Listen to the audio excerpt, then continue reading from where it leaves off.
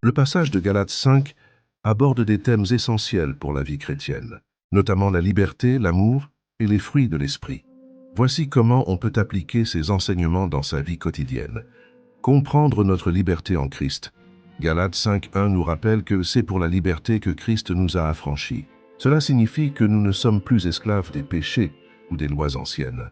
Dans notre vie, il est important de vivre avec cette liberté, en prenant des décisions qui reflètent notre nouvelle identité en Christ. Cela pourrait impliquer de se débarrasser de comportements ou de pensées destructrices qui nous lient.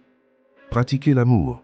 Dans Galates 5.13, il est dit « Vous avez été appelés à vivre dans la liberté.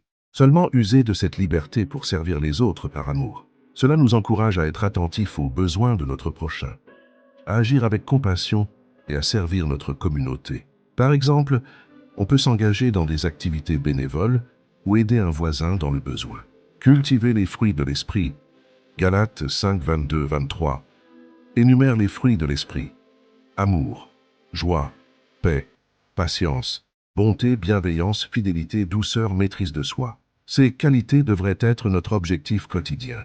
Réfléchis à comment tu peux exprimer ces fruits dans tes relations au travail ou à l'école, dans ta famille, et même sur les réseaux sociaux. Restez vigilant face aux tentations. Le passage met aussi en garde contre les comportements qui s'opposent à l'esprit, Galates 5, 21. Il est essentiel d'être conscient des influences qui pourraient nous éloigner de la voie que Dieu désire pour nous.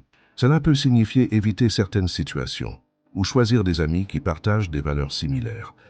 En appliquant ces principes de manière concrète, non seulement tu renforces ta relation avec Dieu, mais tu contribues également à un environnement positif autour de toi. N'oublie pas de prier et de demander au Saint-Esprit de te guider dans cet engagement.